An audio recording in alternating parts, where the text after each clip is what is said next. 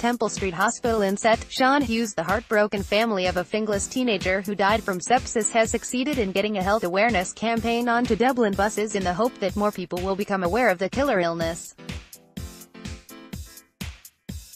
Sean Hughes, known as Lil Red, was only 15 and appeared to be getting over a flu-like chest infection when he suddenly lost consciousness while watching television with his mother last January. Despite the desperate efforts of his father and a team of ambulance paramedics to resuscitate him, he died in Temple Street Hospital. Sean's family is now calling for a nationwide awareness campaign about sepsis and its symptoms, and they came one step closer to that after getting the Lil Red legacy poster onto Dublin bus vehicles. One of the new posters on a Dublin bus, the poster describes the symptoms of the illness so that people can be more familiar with them.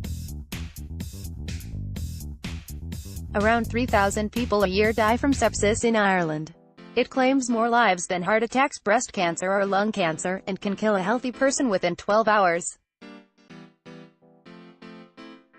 We got in touch with a few companies ourselves to see if they could help us spread Lil Red's message, his father Joe told Independent.ie.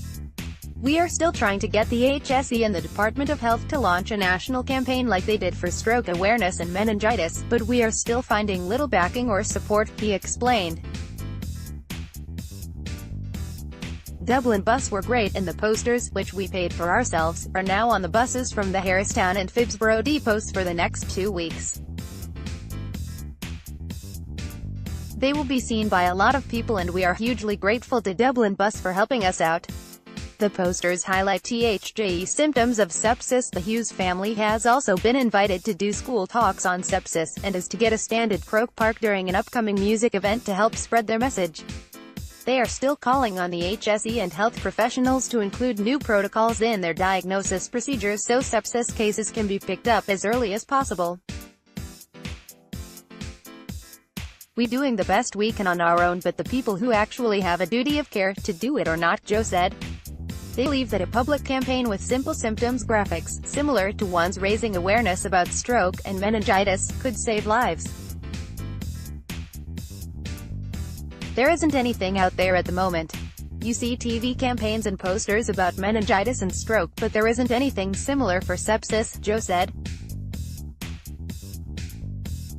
We've been told by the authorities it's not in the 2019 budget and it might be in the 2020 budget, but what price do you put on a life? Sean, their youngest child, had been sick before his collapse in January. He hadn't been well, but he'd had colds and chest infections before and always shook them off, said his mother, Karen. On the Wednesday I brought him to the doctor and he was prescribed antibiotics. Then on the Thursday he was lying on the couch. Sean had a rattle in his chest and he said, "This is doing my head in," and I thought to myself that I'd bring him back to the doctor the next day. Then he stopped talking. He just stopped. I couldn't believe it, it just didn't seem real.